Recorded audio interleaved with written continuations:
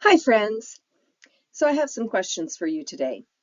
Do you ever feel physically overwhelmed and exhausted? Do you feel emotionally overloaded by all the things that you have to do on your list? And do you sometimes feel burned out by trying to meet the expectations of everyone else in your life? Well, if that sounds like you, stay tuned. You're in the right place. In this video, I'm going to share with you how your brain is affected by overwhelm. And then I have 5 ways that you can overcome exhaustion and burnout and gain more energy, calm, and confidence. Hi, my name is Kathy Weens, and I'm a trauma recovery and women's empowerment coach. I'm so glad you're here today. I'm also a licensed professional counselor, author, and educator, but my practice is as a coach, and I mainly work with women like me in the second half of life. My passion is to help women overcome life challenges, to overcome past traumas, and to be able to find your strengths and live your authentic life with passion and purpose, to really live the life that you were meant to live. All right, so next we are going to talk about how our brain is affected by overwhelm, how our brain is affected by too much to do. Well, what can happen when we just have way too much to do and we feel overwhelmed is that we can feel paralyzed. Of course, not physically paralyzed, but emotionally paralyzed, and we can shut down. I want to share a quote with you from Elaine Hendrickson, PhD, and this just describes what I'm talking about so perfectly of how our brain is affected when we just have so much to do and we feel burnt out. So here's what she says. Your brain doesn't just see a to-do list. It sees a threat. It sees the threat of scarcity, not enough time, not enough energy, not enough magical ability to fit everything into the 24 hours that we have. Or it can see another threat, a threat of failing, the threat of disappointing others. And another threat can be the threat of feeling we are incapable, that we are not enough. And so we may think, we just have a room full of stuff. We have a list of errands or projects that we need to do. But really what's happening in our brain is it's feeling like we are being threatened, that we just don't have enough, or, as many of us often feel, that we are not enough. So I think that's a really important thing to understand about overwhelm, about having too much to do. And so what is happening? Our response is to threat.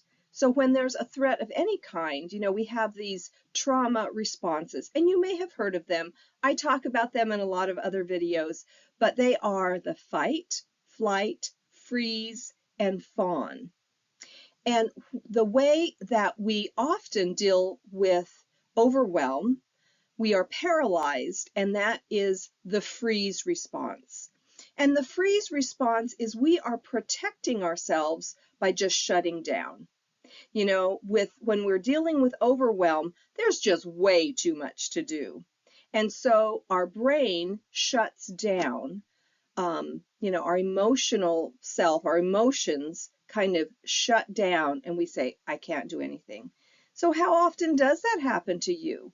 That when you just have way too much to do, we go off and binge on Netflix, or, we go to the store and buy something, or, whatever it is, we avoid doing the thing that we need to do because our brain is overwhelmed and it's trying to protect us by going into the freeze mode. That's the trauma response, okay? So that was really helpful for me to think about that. So the next time when you feel that overwhelm, recognize your brain is really seeing a threat here.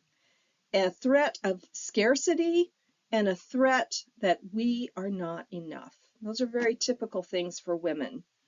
So there are solutions, and we are going to talk about how to calm our brains down so we can get out of that threat mode, get out of that freeze mode, and be able to move forward and get some things done. So now we're going to get into the 5 tips. Before I get into the first one, let me say that these are not, a brand new organizing plan or a goal setting, ideas about how to set goals and to accomplish them. Those things are important, but what we are going to be talking about is our emotions and how, again, we can calm down our brain so that we are not perceiving our tasks as threats. So we're really dealing more with our emotions and what we can do to calm ourselves down. Now, when we do this work, when we put these 5 steps into place, then we can look at the perfect organizing plan or how to set goals. And I'm being a little facetious here because, the reality is there is not a perfect organizing plan, but some things can be helpful in that vein. But again, that's not what this video is about.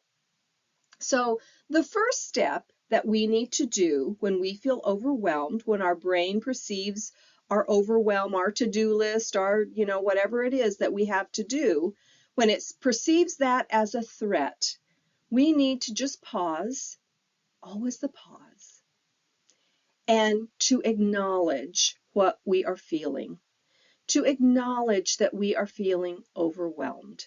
We can say it in our mind, we can even say it out loud. I'm feeling overwhelmed. And we might name some of the threat that we feel. I don't have enough time. I feel like I don't have enough time. I feel like I'm not a good enough person to, because I can't get all this done. I'm not capable. Okay? So we just pause and we acknowledge that.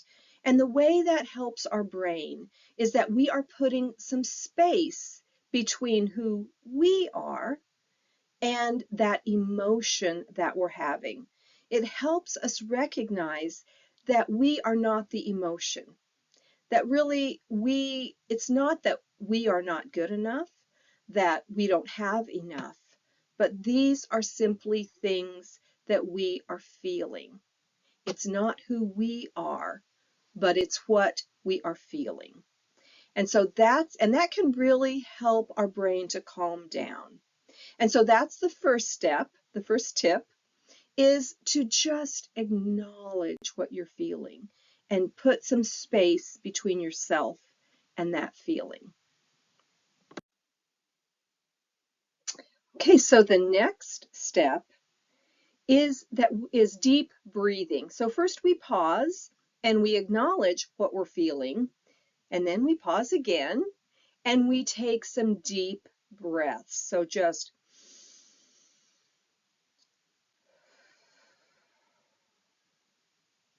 And if you've done that with me, I think just that act helps us to see that it just calms us down. Okay, and so then we can deal with things better. And what is happening is our nervous system is being calmed down. When we breathe deeply, we are sending more oxygen to our brain, and that's just going to help us have more focus and more clarity. All right, so what is actually happening in our brain? Well, I'm going to get into the weeds a little bit here, even though my explanation of brain stuff is pretty basic. But in our central nervous system, we have the sympathetic nervous system and the parasympathetic nervous system. And we need both of them. They're both very important. So the sympathetic nervous system is what gets us activated. If we need to like run or, get something done, that gets our blood pumping, it gets our heart pounding, it gets our legs ready to move. That's the sympathetic nervous system. It ramps us up. But then to balance that out, we need the parasympathetic nervous system. And that is what calms us down. And deep breathing is a really good way to engage the parasympathetic nervous system. I'll go even a little nerdier here to help you remember. It's the parasympathetic nervous system. The way I remember it is I was in education. That was my first career. So I was in education for 28 years. And so in schools, we have paraprofessionals that are there to help the children. And so it helps me to think of the parasympathetic nervous system as a paraprofessional that's there to help us. So that was just a little trick to help me remember the different types of systems. So the sympathetic nervous system ramps us up, and the parasympathetic nervous system calms us down. Now I want to show you a breathing technique that you can use to engage your breath a little bit more. And it's called box breathing. And so what we do is we breathe in for 4 counts, we hold it for 4 counts, and then we breathe out for 6 counts. Okay, so let's just try that. So we breathe in for 4 counts. 1, 2, 3. We hold it for 4, and then we breathe out for 6. 1, 2, 3, 4, 5, 6. And we really want to get all of that breath out. That's why the last breathing out is longer. So that's boxed breathing. And you can do that anytime. Again, if we pause and don't just continue to be ramped up, that's our sympathetic nervous system going. But if we pause and think about, okay, I need to do some deep breathing here to engage my parasympathetic nervous system. So we acknowledge what we're feeling, we do some deep breathing. That is really going to help us when we feel overwhelmed, when we just feel like there's way too much stuff to do.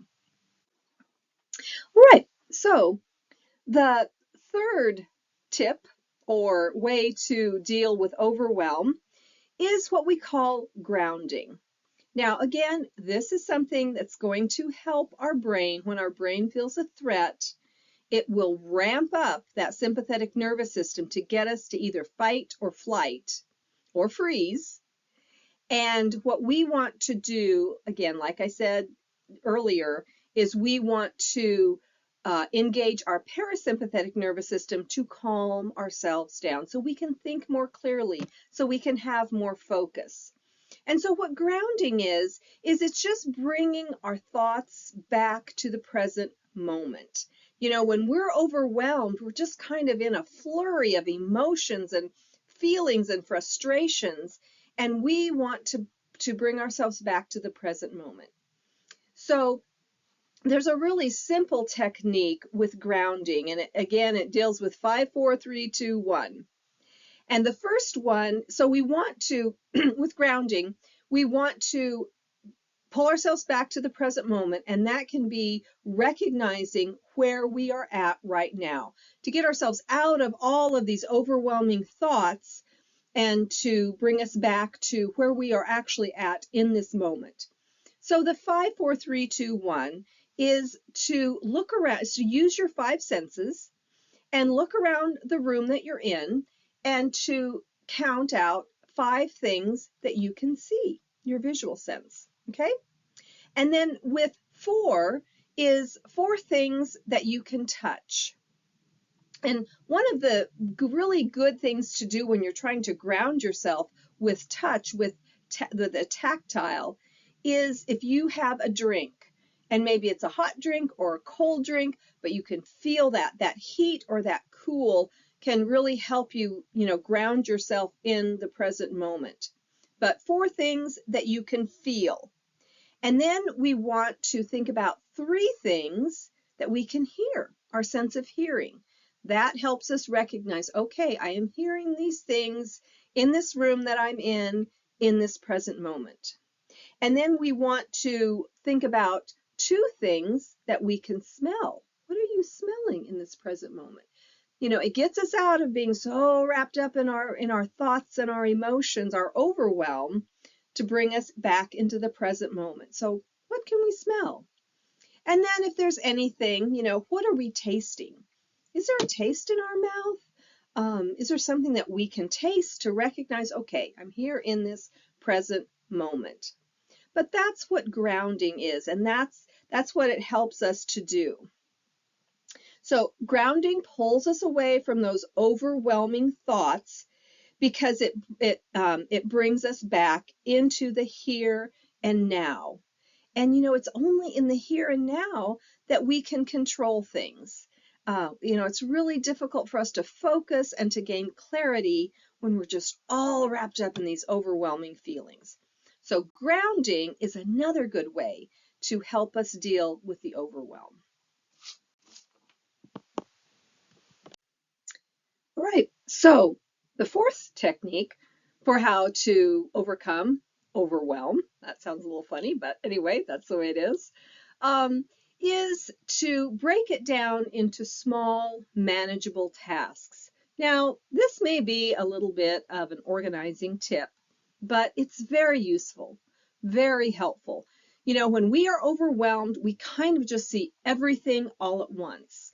And we get paralyzed because it feels like we can't do anything about it. It is too big. The problem, the issue, the list, whatever it is just too massive. So we need to break it down into smaller pieces. Now, one good way to think about that is to think about a forest.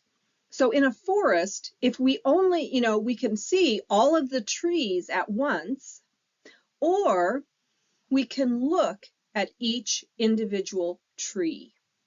And so when you are overwhelmed by whatever task it is that you need to do, you can think about that as this is a big forest. What I need to do is focus on one individual tree at a time. Okay? So you break the big task down into smaller tasks, and then you look at steps that you can take to achieve those smaller tasks, and then you do the first step. Okay, so that's breaking it down into small tasks, into small steps. Now, when we do this, the way it helps us is that we accomplish something. So we do an act, we take action. And action really is the antidote to being paralyzed. That makes sense, right? So we're paralyzed, we can't do anything, we take action, we do something. And when we take action, we gain confidence and we also gain momentum. And so just doing one simple thing, getting one thing done, can help us do the next thing and the next thing. That saying that an object in motion tends to stay in motion is really true. But if we stay paralyzed by the overwhelm, then it's more likely that we are not going to be in motion. We're going to stay paralyzed. So a really good tip for how to get out of overwhelm is to break the task down into small steps, and more importantly, to take action, to do one of those small steps to gain momentum so you can do more and more and more of the steps. Okay, friends, so now we are at step 5. And this is another really good one to help us work with our emotions and our feelings. Step 5 is to celebrate small wins. Now, or to celebrate progress. I sort of have a philosophy that at the end of our life, we are not going to feel like, oh man, I celebrated too much. I just had too much fun and I celebrated too many things. So I think it's really important to celebrate. That can help build our confidence, our sense of worth and value when we acknowledge what we have done and we celebrate that. So all of these things we've talked about, especially the last one, breaking things down into small tasks. And then when we get one of those tasks done, to celebrate it, to just pause, again, the pause, and acknowledge it. Wow, I did that. Maybe it was like things for me are, I got this box full to take to the Goodwill, and I took it to the Goodwill. That's a good thing that I got done. Because so often what we do is we ignore those positive things that we've done and we just put ourselves down. Oh, yeah, maybe I took that one box, but I should have taken 3 boxes, you know? And so to really incorporate celebration into our lives, acknowledging our accomplishments and the things that we have done is another important way that we can overcome overwhelm and having way too much to do. Celebrating our progress helps us to reinforce that positive behavior. And that can help us move out of the paralyzing or the freeze mode into action and into more action. And also helps us to feel good about ourselves and the things that we can accomplish. All right, I hope these 5 steps have been helpful for you and that you've also gained a better understanding of what happens to your brain when you just feel really overwhelmed. And I hope that you can put some of these steps into action. You know, this is a marathon, not a sprint. It's a journey. You know, it's not going to be a one and done. It's something that we practice. So don't get discouraged if you try this and it doesn't work right away. Just keep trying it because it will work. These ideas really are helpful, and understanding how our brain works gives us motivation to keep trying. So I hope this is helpful. Thanks for watching. Thanks for watching. Bye-bye.